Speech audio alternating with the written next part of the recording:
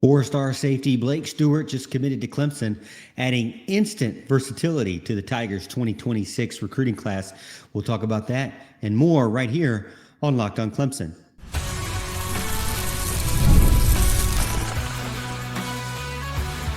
You are Locked On Clemson, your daily podcast on the Clemson Tigers. Part of the Locked On Podcast Network, your team every day.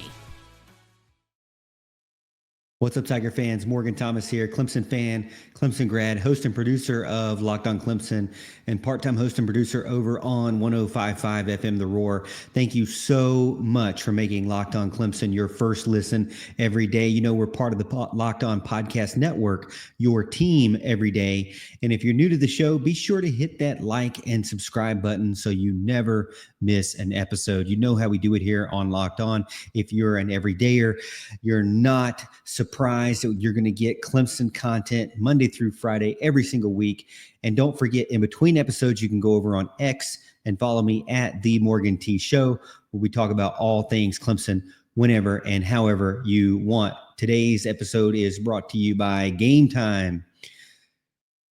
Download the Game Time app, create an account, and use code LOCKEDONCollege for $20 off your first purchase. That's Game Time with the Game Time app. I've got a ton of stuff to talk about recruiting-wise on this episode, specifically about two big things that are happening or have happened this week. One is that Clemson adds a versatile defender, a multi-purpose guy in Blake Stewart. He commits to the Tigers. Why that's such a big deal. Two, I'm going to talk about Tyler Atkinson and his big decision that's coming up tomorrow at noon on the Pat McAfee Show and what that could mean for Clemson and its 2026 recruiting class. And then finally, we'll wrap everything up with some Rivals On3 merger. As you know, they're both now one company, and they come out with the top 300 recently and had a lot of Clemson players on there. So we'll look and see kind of what that means for us. But let's get started into the show today. You know, Clemson adds Blake Stewart. He's not just another defensive back. To me, I think he is kind of starting to show you what Clemson is looking for in the future under Tom Allen, under Mickey Conn, how they're trying to blend the scheme and the style of the defense for the future, not just for the future for Clemson and for Tom Allen, but for the future of college football and how it's going to kind of shape up and get players that are very flexible and not locked in to one specific position. As we typically remember, that's kind of how it has always been over the years. And now it seems that Clemson is getting some guys that have a little bit more than just kind of one specific skill set. Stewart comes as the 21st commitment for Clemson and the third safety in the 2026 class. So obviously the Tigers have seen a need at the safety position. There's been a couple of guys leave in the transfer portal. There's been a couple of guys who haven't really kind of developed as quickly as they would maybe have liked. And you know, this season in 2025 is kind of my biggest question mark on the defense. But they're bringing in 2026, big-time in-state guy, Kentavious Anderson, Ohio guy, Caden Gebhart.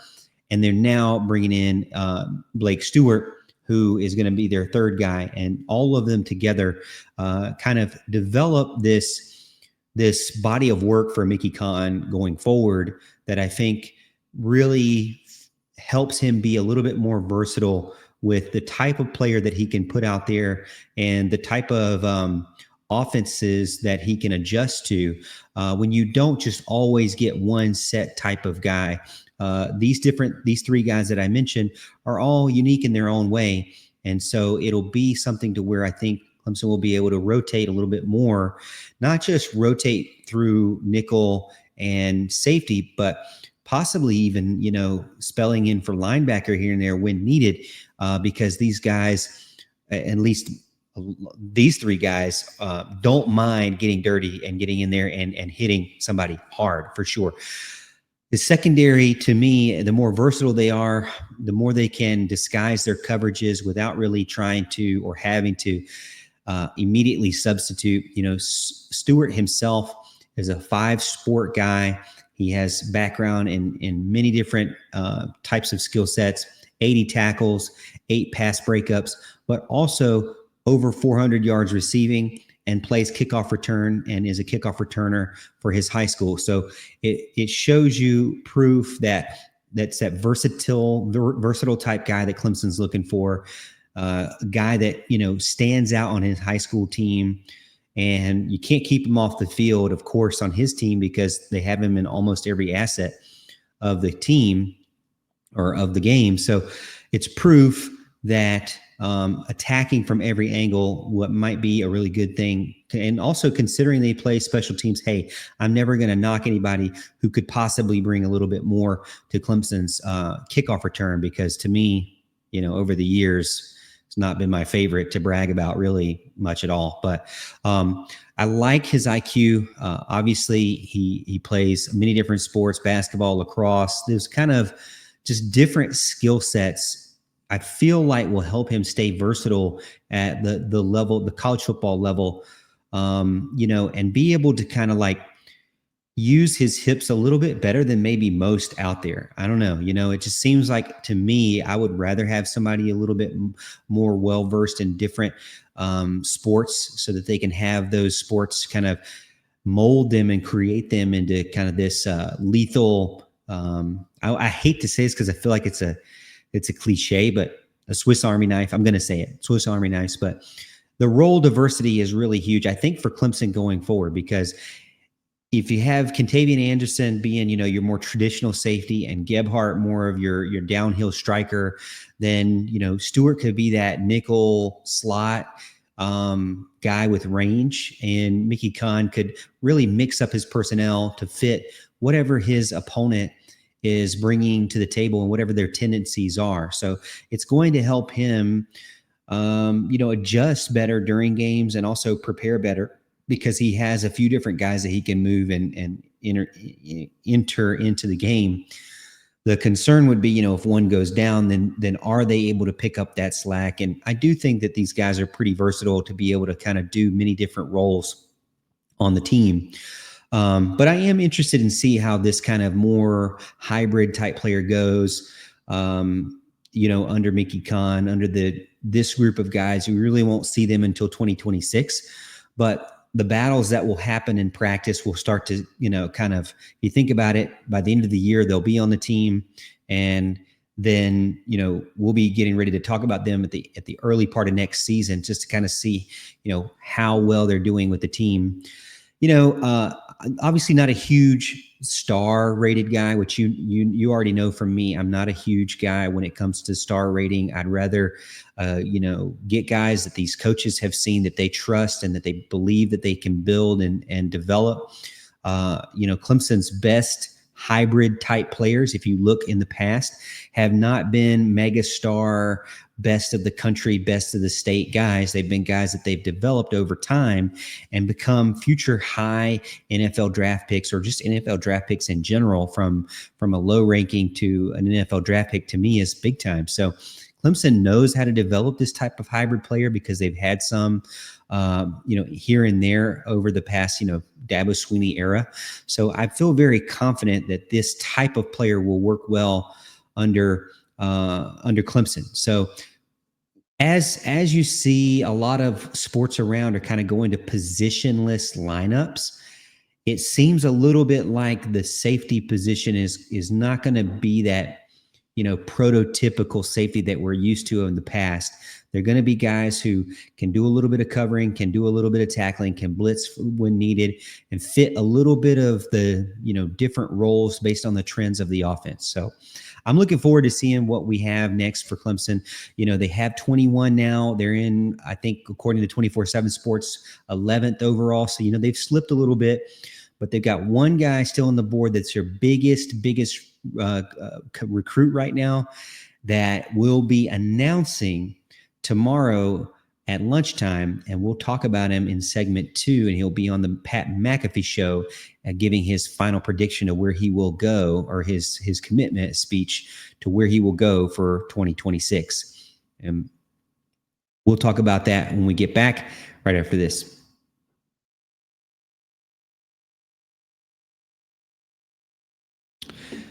We've all been there, logging on early and waiting for forever to check out concert tickets or go on sale, only to lose your spot and show that you've been off to a show you've been dying to see. Live music should be about making memories, not dealing with the stress of ticket shopping. And that's where Game Time comes in.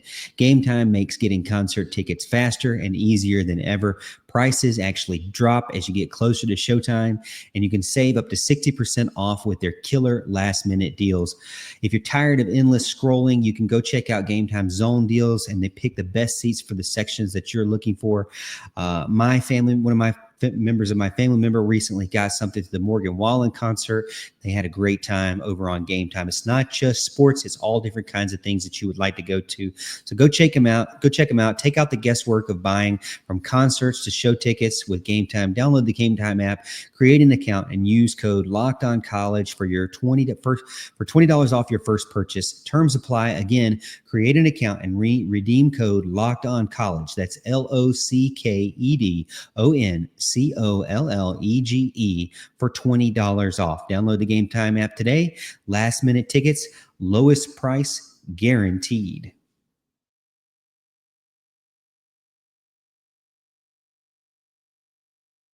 Big news coming out of this week that Clemson's 5-star target, Tyler Atkinson, will announce his college choice at noon on the Pat McAfee Show. And Clemson has a big vision for him to be kind of the centerpiece of the defense and, kind of build off of that for the future of Clemson's defense. Atkinson's finalists right now are Clemson, Texas, Oregon, and Georgia. However, as I say that Clemson has got a vision for this guy, and he is one of the best linebackers that we've ever seen on tape. The unfortunate thing is that there's a lot of crystal balls out there, and they're not for Clemson. So he came to visit Clemson multiple times. He said he had a great time. They pitched to him this idea of being kind of a centerpiece around the future of Clemson's defense. However, when you're fighting against teams like Texas, Oregon, and Georgia, it's nice to be a part of the group. That's for sure. It's nice to be in the mix with the best of the best. So it still shows that Clemson has a lot of pull and a lot of interest in the best players in the country. Now, I originally thought that he would be leaning more towards Georgia because he's a Georgia guy. He's a Grayson High School guy, 6'2", 215 pounds, going to get a little bit heavier as well. Verified sub 4.6 speed.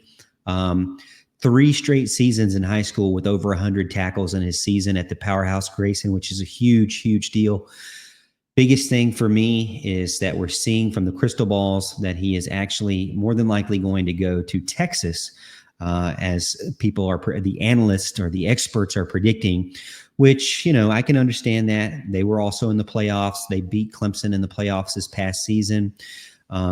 They've been able to kind of have a lot of recruiting hype. I believe that their NIL will be a little bit better than Clemson's as far as the spend per player. All of those teams listed, Clemson, Texas, Oregon, and Georgia, probably the most out of all 3. I think the most spenders right now would be Texas. The least spenders out of those 4 would probably be, unfortunately, Clemson. Although I do think that they spend money on players, I don't think that they're going to drop as much as Texas, Oregon, and Georgia. And I'm not saying by like drastically different amount of much. I just mean, enough to where maybe it makes a big difference, and maybe it makes a difference. Doesn't make a difference at all. But Atkinson, just to kind of brag on him a little bit, he is another one of those hybrid players. He's a linebacker guy. He's Tom Allen's, havoc. He could wreak havoc in Tom Allen's defense, really in any kind of defense. If Clemson lands this guy, somehow that were to be to happen, they would be getting the best linebacker in the country, one of the best linebackers we've seen in over 10 years. And they would be able to have a guy that you could kind of have a centerpiece around. Now, I know they already have Sammy Brown, one of the better guys that we've ever seen as well. But to me, Atkinson is definitely just way up there with just being so ready to play college football. When you watch all of his film, he's not just a one-trick guy like a Justin Flo was, where it's all just nothing but blitzing the quarterback. He does so much on the football field. and his speed is everywhere. His footwork's everywhere. It is just really, really nice to see. Tom Allen could use him as that outside blitzer, the fifth guy, if you will, in the line to kind of blitz off the edge, another relief to the edge to kind of help confuse quarterbacks and really not.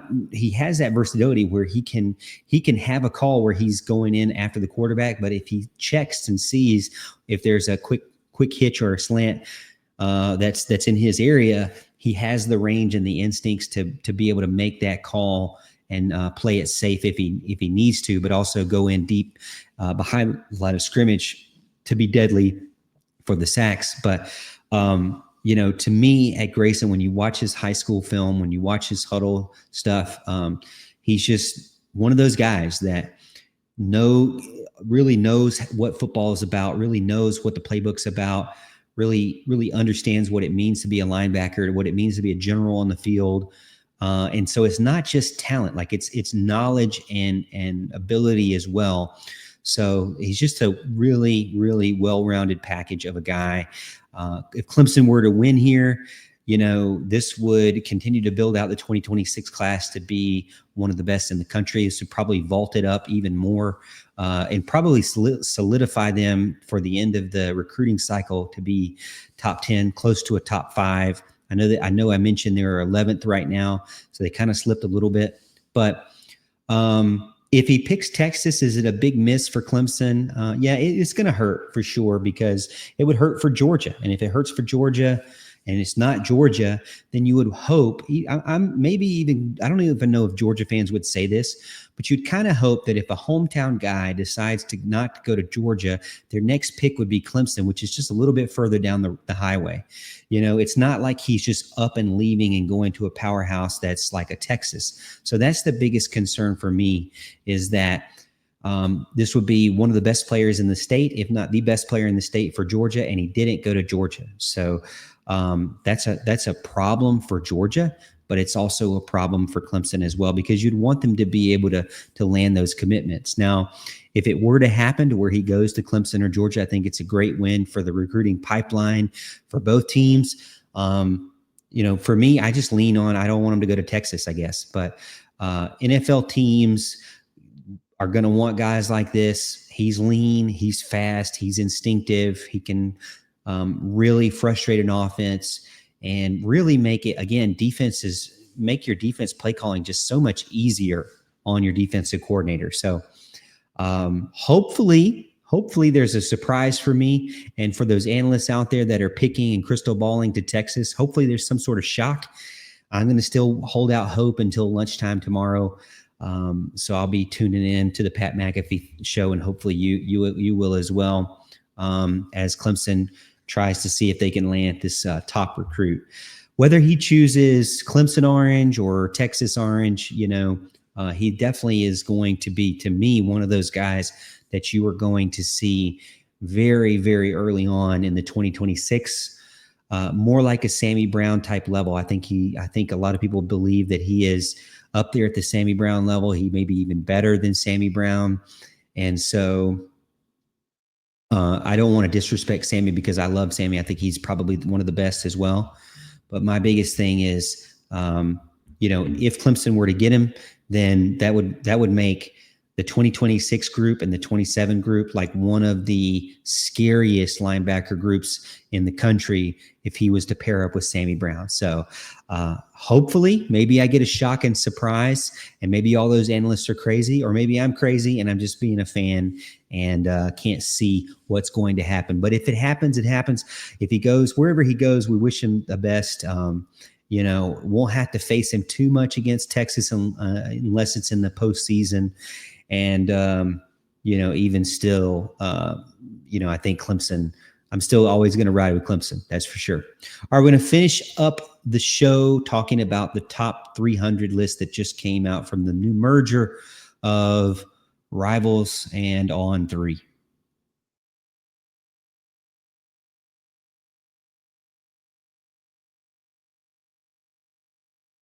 So the top 300 list has 10 Clemson commitments, and 3 of them are offensive linemen, providing that proving that Matt Luke is doing some big time work in the trenches, getting some insurance for that offense and for those quarterbacks coming up in the future of Clemson. And you just got to love what Matt Luke has been doing for the offensive line for Clemson. And, this 2026 class has a lot of really good players in there that I think they can build on in the future. Another really good thing that not a lot of people really talk about is Naeem Burrows. I mean, this is Tyler Gresham going out there and getting the number 444 overall, number 6 best wide receiver in the country. And, as a lot of flack as Gresham gets for his recruiting skills, when he initially started as a assistant coach, a lot of fans were very negative and skeptical about what he was been able to do. And what I think a lot of people didn't really give credit to is the fact that, that last couple of cycles with Jeff Scott were complete duds, really. So everybody loved Jeff Scott, and I'm not saying I don't love Jeff Scott, but his last couple of classes just did not pan out. And whether it was coaching after the fact or what, they were highly ranked and didn't do very much at the end of their career to really be significant players in the history books or in the stat books. But Tyler Gresham has slowly built out the best wide receiver group that Clemson has had in many years, and one of the better ones in the country. And this season will prove, I think, that Tyler Gresham has really got one of the best wide receiver groups out there. And he's bringing in another top wide receiver in Naeem Burrows to continue to add to this class for 2026. Not to mention him, and not to move on too quickly from him, but going back to Matt Luke, you've got Grant Wise and Chancellor Barclay in the top 100 for his group. And then you have edge rusher Drake Quinn and at 105, and then you have Tate Reynolds at 233. So there's a few different position groups out there that are in the top 300 for the on3/rivals /on3, whatever it is, class out there. So we know that this 2026 class is pretty strong. We know that Dabo Swinney, Matt Luke, and Tyler Gresham have been putting in a lot of work and are been preparing for the future for Clemson football. And it goes back to, I do feel like with Matt Luke on staff, his level of skill at recruiting and development and coaching has kind of shifted Dabo back to, we're going to focus heavy on getting a lot of key offensive linemen that Matt Luke wants and kind of build out from there. Wise, Barkley, and even Carter Scruggs. I didn't mention earlier, give Luke those kind of guards that he can move around if needed, that, can move in the motion, can pull when needed. I'm not saying that they're not just a bunch of concrete feet guys, is what I'm trying to say. He's got depth. He's got versatility. He's got a little bit of speed there. Guys that can kind of help open up what Garrett Riley wants to do with the offense. So you got to love what Matt Luke has been doing for 2025, 6, and 7, and how he's been kind of given the reins to build that out. You also love what you see from the defensive front and Quinn on the edge, and then Keyshawn Stansel, as we mentioned a couple of shows ago, that to me, Stansel is that prototypical Clemson defensive lineman that you love to see.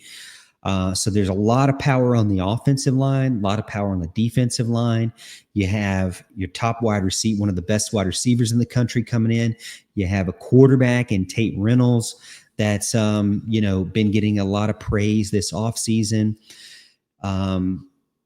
To me, Clemson has done really good. And now have they got the superstar of all superstars? Well, it seems like a long shot, but they've got a shot tomorrow at lunchtime. So we'll see. If you're listening to this on Tuesday, it'll be today at lunchtime.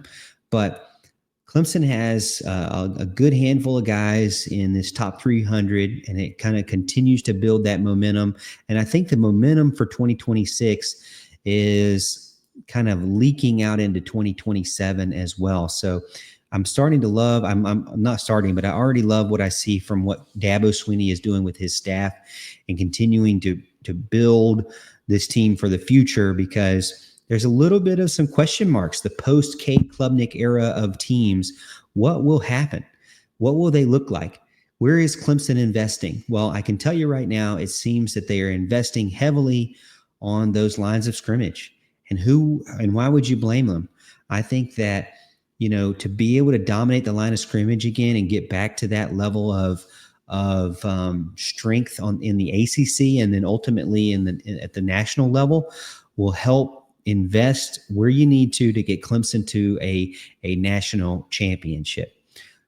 These kind of guys who are on the offensive line, on the defensive line, if they hit and you develop them and they get out there quickly, they could be guys that you're going to see stick around for three years, maybe even 4 years, and really kind of help solidify, your team for, almost until 2030. Can you believe that? We're talking about 2026 guys with 4 years to 2030.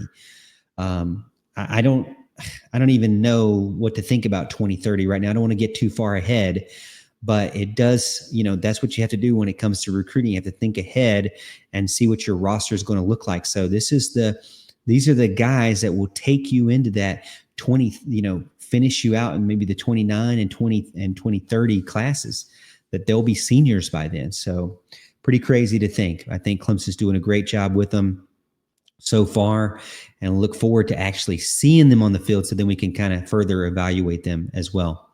Hey, thank you so much for making Locked On Clemson your first listen today. For your second listen, check out the Locked On Portal Show. Brian Smith has the latest rumors, portal entries, and signings. You will be the most informed fan on the rapid changes to the college football landscape. Find the portal on YouTube or wherever you listen to podcasts. And as always, Tiger fans, hey, thanks so much for listening in, and we'll see you at the top of the hill.